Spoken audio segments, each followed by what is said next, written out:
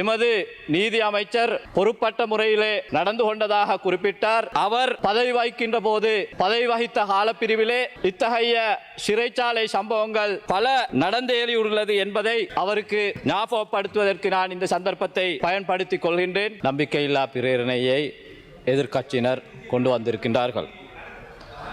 சுதந்திரத்துக்கு பின்னர் சிறைச்சாலையில் பல்வேறு சந்தர்ப்பங்களில் பல்வேறு காலகட்டங்களில் இத்தகைய தாக்குதல்கள் நடைபெற்றிருக்கின்ற வரலாறை நாங்கள் நன்றாக அறிந்திருக்கின்றோம். இந்த சந்தர்ப்பத்திலே குறிப்பாக ஒரு விடயத்தை கூறிக்கொள்ள விரும்புகின்றேன். சிறைச்சாலைகளில் ஏற்பட்ட இத்தகைய முறுகல் நிலை தாக்குதல்கள் இந்த விடயங்கள் 1900 ஆரம்பித்த ஒரு விடயமாக நான் இங்கு குறிப்பிட விரும்புகின்றேன். குறிப்பாக சுதந்திரத்துக்கு பின்னர் எமது நாட்டிலே முதல் கட்டமாக நீதி அமைச்சராக நிஸ்ஸங்க விஜயரத்ன அவர்கள் செயற்படுகின்ற போது 1983ஆம் ஆண்டு இத்தகைய ஒரு சிறைச்சாலையிலே தாக்குதல் சம்பவம் ஏற்பட்டது. அந்த சம்பவத்தின் மூலமாக குறிப்பாக எமது தமிழ் சமூகத்தைச் சேர்ந்த கைதிகள் 53 பேர் மரணித்திருக்கின்றார்கள். நேற்றைய தினம் கூட கருப்பு ஜூலை என்ற பெயரில் அந்த விடயத்தை நாங்கள் விவாதித்தோம். எனவே அதே போன்று மீண்டும் 2000ஆம் ஆண்டு பிதுனு வெப என்ற அந்த சிறைச்சாலையிலே பட்டி வீரகோன் அவர்கள் நீதி அமைச்சராக இருக்கின்ற போது இத்தகைய துரதிர்ஷ்டவசமான ஒரு சம்பவம் நடைபெற்றிருந்தது. அந்த சம்பவத்தில் 12 வயது உரிய ஒரு சிறுவர் கூட கொலை செய்யப்பட்டிருப்பது என்பதை இந்த சந்தர்ப்பத்திலே நான் சொல்லிக்கொள்ள விரும்புகின்றேன். 27 கைதிகள் உயிரிழந்தவுடன் மேலும் 17 பேர் கடுமையாக காயமடைந்தனர். அதேபோன்று இந்த சிறைச்சாலை தாக்குதல்கள் வரலாற்றை எடுத்து நோக்குகின்ற போது 2002 நாங்கள் அனைவரும் அறிந்த விடயம். கடந்த பாராளுமன்ற அமர்வின் போது கூட ஐக்கிய மக்கள் சக்தியின் பாராளுமன்ற உறுப்பினர் ஒருவர் குறிப்பிட்டிருந்தார். சிறையில் உள்ள காடையர்கள் பற்றி தனக்கு நன்றாக தெரியும் என குறிப்பிட்டிருந்தார். 2002 தங்கல்லை சிறைச்சாலை மோதலின் போது அப்போது நீதி அமைச்சராக இருந்த ஜோன் அமர்துங்க அவருடைய அந்த காலப்பிரிவில் ஒரு சம்பவம் நடைபெற்றது. அதனைத் தொடர்ந்து 2011ஆம் ஆண்டு அனுராதபுர சிறைச்சாலையில் கைதி ஒருவர் சுட்டுக் கொல்லப்பட்டார். அந்த சந்தர்ப்பத்திலே நீதி அமைச்சராக செயற்பட்டவர் இன்று தேசிய தலைவராக சொல்லப்படுகின்ற ரவுஃப் ஹக்கீம் அவர்கள் தான் காணப்பட்டார். அதேபோன்று அவரது அதே பதவி காலத்தில் 2012ஆம் ஆண்டு வெலிக்கட சிறைச்சாலையிலே ஒரு படுகொலை நடைபெற்றது.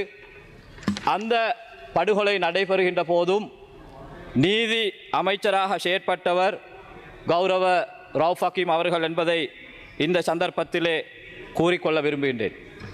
காரணம், அவர் எமது நீதி அமைச்சர் பொறுப்பட்ட முறையிலே நடந்து கொண்டதாக குறிப்பிட்டார். அவர் பதவி வகிக்கின்ற போது பதவி வகித்த காலப்பிரிவிலே இத்தகைய சிறைச்சாலை சம்பவங்கள் பல நடந்தேறியுள்ளது என்பதை அவருக்கு ஞாபகப்படுத்துவதற்கு நான் இந்த சந்தர்ப்பத்தை பயன்படுத்திக் கொள்கின்றேன். ஏனையவர்களுடைய பொறுப்பற்ற தன்மையை பற்றி பேசுகின்றவர்கள் தான் பதவியில் இருக்கின்ற போது எத்தகைய பொறுப்புணர்வுடன் செயற்பட்டார் என்பதையும் மீட்டி பார்த்து கொள்வது சிறப்பானதாக இருக்கும் என நான் இந்த சந்தர்ப்பத்திலே கூறிக்கொள்கின்றேன்.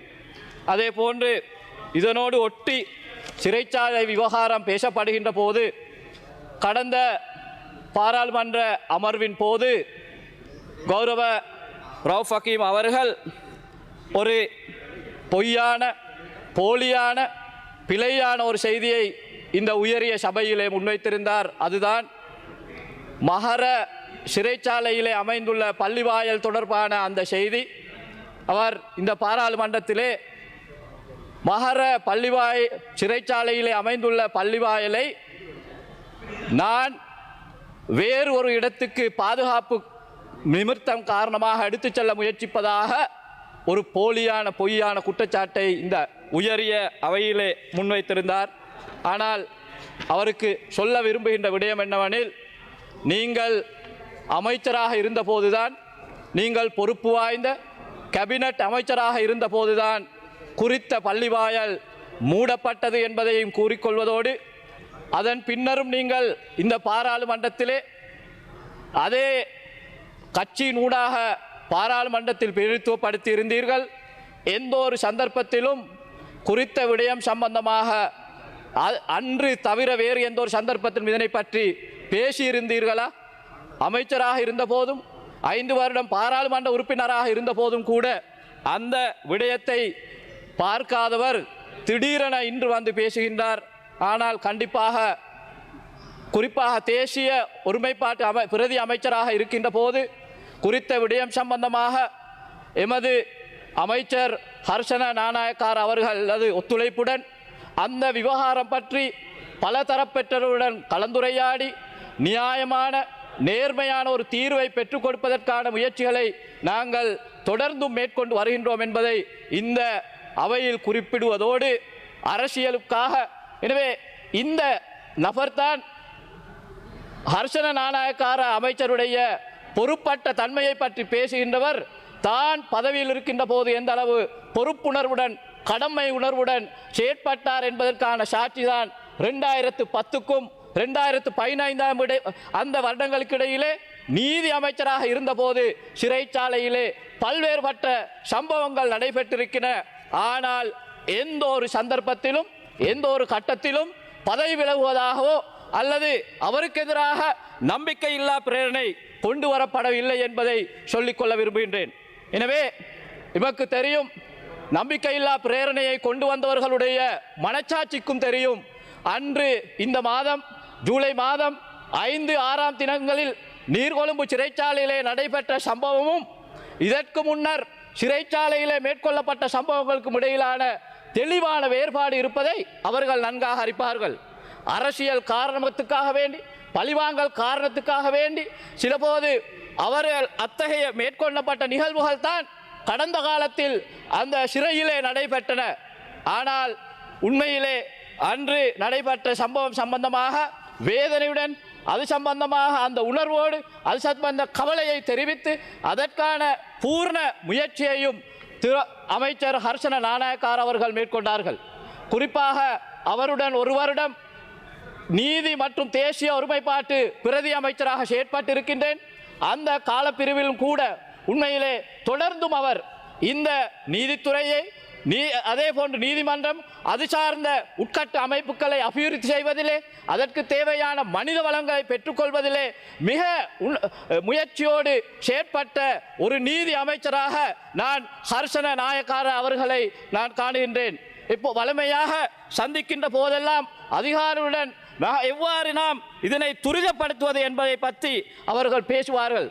எனவே இன்று மக்களின் நம்பிக்கையை இழந்த, மக்களிடம் நம்பிக்கை இல்லாத ஒரு எதிர்க்கட்சி இன்று மக்கள் நம்பிக்கையுள்ள அரசாங்கத்துக்கு ஒரு நம்பிக்கையில்லா பிரேரணையை கொண்டு வந்திருக்கின்றார்கள்.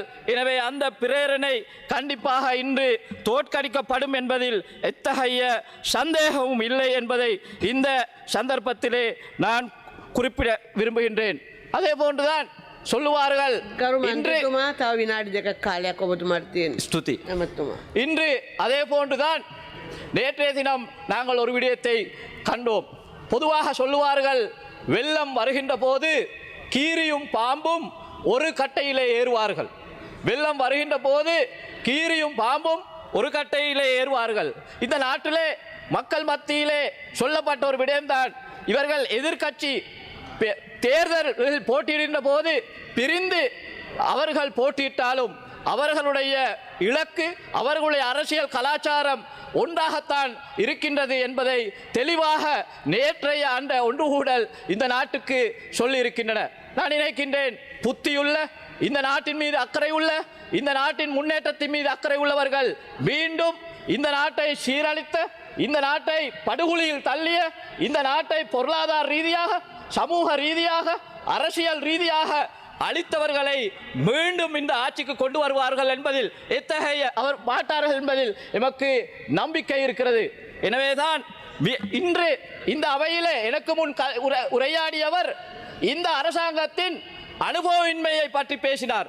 ஆனால் அவர்கள் அனுபவம் உள்ளவர்கள் கடந்த 76 வருட காலம் மாறி மாறி அவர்களது அனுபவங்களை கொண்டு ஆட்சி செய்த இந்த நாடுதான் கடைசியாக பொருளாதார ரீதியாக மாத்திரமல்ல அனைத்து துறையிலும் வீழ்ச்சியுறுகின்ற ஒரு நிலைமை ஏற்பட்டது.